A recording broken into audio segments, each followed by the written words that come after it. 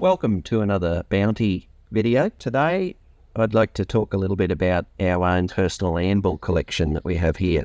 Now I'll start by saying that I'm not an anvil expert, just have a keen interest in them, and also that these particular anvils, they're not the most valuable or rare anvils in the world. There are plenty of other people out there with much more impressive collections than ours. These particular ones, we just like them and we believe they've all got a special little story behind them, so we've put them aside for ourselves. They are all what is called London pattern anvils, or sometimes referred to as English pattern. They're very typical of the anvils made in that part of the world and used all around the world. There are many other types of anvils that have been used over the years too, but you will see a lot of this shape around the world. It's probably the most common. There's two different types of anvils. There's what they call a forged anvil, which is basically made by hand, heated up and beaten together and shaped all by hand. And then you've got your cast anvil, which is made in a mould and cast from molten metal. So the cast ones are a lot smoother, easier to pick. They've often got writing on them which is embossed, which stands out from the metal. So start off with this big fella down the bottom. It's 168 pounds in the old scale.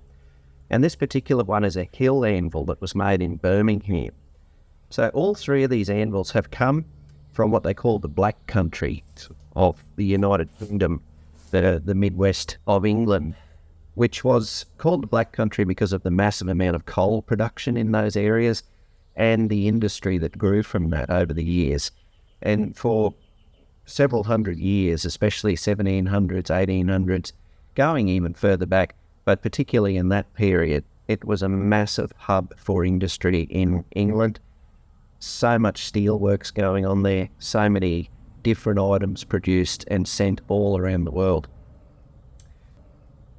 So the big fella down the bottom is from Birmingham. It has a bit of a story behind it, this particular anvil. When I found it, the entire horn was broken off and gone altogether. So it was just the rear section. A friend of mine happened to have an old horn that he'd found somewhere years ago, and he brought it over, and I managed to weld it together in the middle here. And at a glance, it looks like the original anvil, but in closer inspection, you can see where it's been repaired. It's not an anvil you'd use. You wouldn't hit it with a hammer, because it probably had faults in it originally, which caused the original horn to break off. And that used to happen occasionally. It's not real common, but it did happen. But anyway, it's turned out as a nice display item, and it's a very, very old anvil because Hills, the company, ceased to be in, from memory, I think about 1865 or thereabouts. So the anvil itself is very old. Jumping up from that to the middle one here, so it's 64 pounds. It's a smaller anvil, and it's made by Wilkinson's in Dudley, which is just down the road from Birmingham in the same area. And again, part of the heart of that industrial area. Again, London pattern anvil with your typical features. And then we jump up to this little fella up the top, which is only a baby, 27 pound, quite small as far as anvils go. Not the smallest by far. Some of the jewellers makers' anvils were even much smaller again. But this little guy, Hales Owen, is a parish and a township within that area, not far from Dudley and Birmingham. And that particular town, they made a lot of different stuff around that area, of course, but that particular town was very famous for chain making. There were some factories there, and they made everything from giant ships' anchor chains, massive things, and the anchors as well, incidentally. But also they made smaller chain. And the interesting thing about this one is that a lot of the men who lived in Hales Owen, which was a very poor community, a lot of the men would go off to work every day at the local factories where they made the giant chains.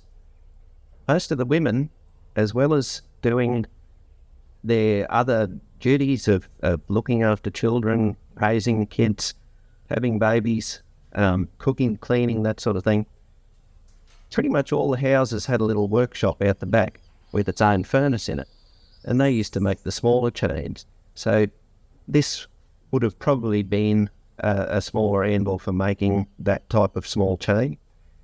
There's some fascinating information online about those women and the skills they had and how they juggled everything else they had to do with this chain making. They didn't make a lot of money from it, especially compared to their menfolk who were off at the bigger factories. But it was all a very important part of them helping to feed the family, to keep everything on track.